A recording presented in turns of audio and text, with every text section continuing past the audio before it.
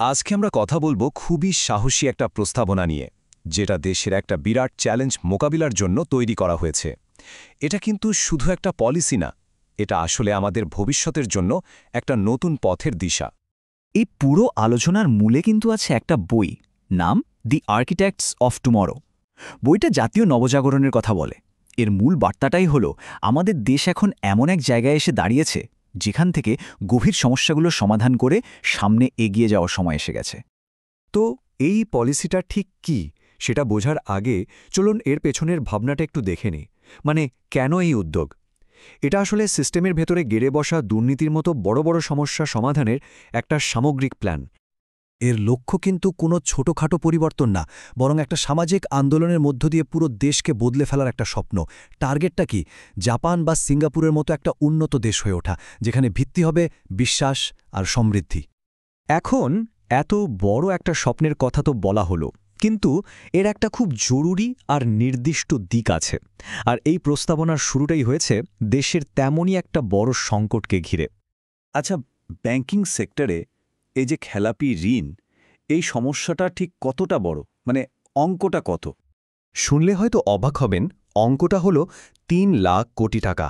ভাবা যায়, এই বিশাল টাকাটা কিন্তু জনগণের টাকা, যেটা দেশের কাজে লাগার কথা ছিল, কিন্তু এখন কিছু মানুষের হাতে আটকে আছে। আর ঠিক এই সংকটটা সমাধানের জন্যই আনা হয়েছে একটা সুনির্দিষ্ট প্রস্তাবনা। নাম দেওয়া হয়েছে ঋণ খেলাপির জবাবদিহিতা ও সংস্কার উদ্যোগ, বা ছোট করে বললে দফা ২৬। এই যে এর প্রাতিষ্ঠানিক শিলমোহরটা দেখছেন, এটা আসলে একটা নতুন সিস্টেমের প্রতীক। মূল কথা একটাই, যারা এই সংকটের জন্য দায়ী তাদের জবাবদিহি করতে হবে। তো এই প্রস্তাবনার মূলে কি আছে? আছে শাস্তিমূলক ব্যবস্থা। মানে এই ঋণ খেলাপির সাথে যারা যারা জড়িত, সে ব্যাংকের কর্মকর্তা হোক বা আইনজীবী, সবাইকে নিয়মের আওতায় আনার কথা বলা হচ্ছে। প্রথমেই হল বিদেশ ভ্রমণে নিষেধাজ্ঞা। সোজা কথা, যারা এর সাথে জড়িত তারা দেশ ছেড়ে কোথাও যেতে পারবেন না। দ্বিতীয়টা হলো আর্থিক শাস্তি। যতক্ষণ পর্যন্ত ওই ব্যাংকের ক্রেডিট রেটিং এ গ্রেডে ফিরে না আসছে, ততক্ষণ পর্যন্ত দায়ী কর্মকর্তাদের বেতন হবে অর্ধেক। মানে পারফরম্যান্সের সাথে সরাসরি শাস্তিকে জুড়ে দেওয়া হয়েছে। আর সবশেষে পদ্মাগে নিষেধাজ্ঞা, মানে চাইলেই চাকরি ছেড়ে দিয়ে দায় এড়ানো যাবে না, দায়িত্ব থেকে পালানোর কোনো সুযোগই রাখা হচ্ছে না। কিন্তু দফা ২৬ শুধু শাস্তির কথা বলে থেমে যায়নি। এটা কিভাবে বাস্তবায়ন করা হবে তার জন্য একটা খুব গোছানো পরিকল্পনাও দেওয়া হয়েছে। এই পুরো প্ল্যানটাকে ৩টে ধাপে ভাগ করা হয়েছে। প্রথম ধাপে আইনি ভিত্তি তৈরি হবে, দ্বিতীয় ধাপে সেটার প্রয়োগ আর নজরদারি করা হবে, আর শেষ ধাপে হবে দীর্ঘমেয়াদী সংস্কার, যাতে ভবিষ্যতে এমনটা আর না হয়। প্রথম ধাপটাই কিন্তু সবচেয়ে জরুরি। এখানে যা যা করতে হবে, দেশের ব্যাংকিং আইন বদলাতে হবে, শাস্তিমূলক ব্যবস্থাগুলোকে আইনি রূপ দিতে হবে, আর কারা কারা এই নিয়মের আওতায় পড়বেন সেটার একটা পরিষ্কার সংজ্ঞা ঠিক করে ইমিগ্রেশনকে তাদের লিস্ট পাঠিয়ে দিতে হবে। দ্বিতীয় ধাপে ওই লিস্ট ধরে ধরে যাচাই বাছাই করা হবে, আর এই তদন্তের কাজটা করবে দুদকের মতো কোনো নিরপেক্ষ সংস্থা। আর সবচেয়ে ইন্টারেস্টিং ব্যাপার হল, প্রতি ৩ মাস পর পর কাজের অগ্রগতির রিপোর্ট সবার জন্য প্রকাশ করা হবে, মানে পুরো স্বচ্ছতা।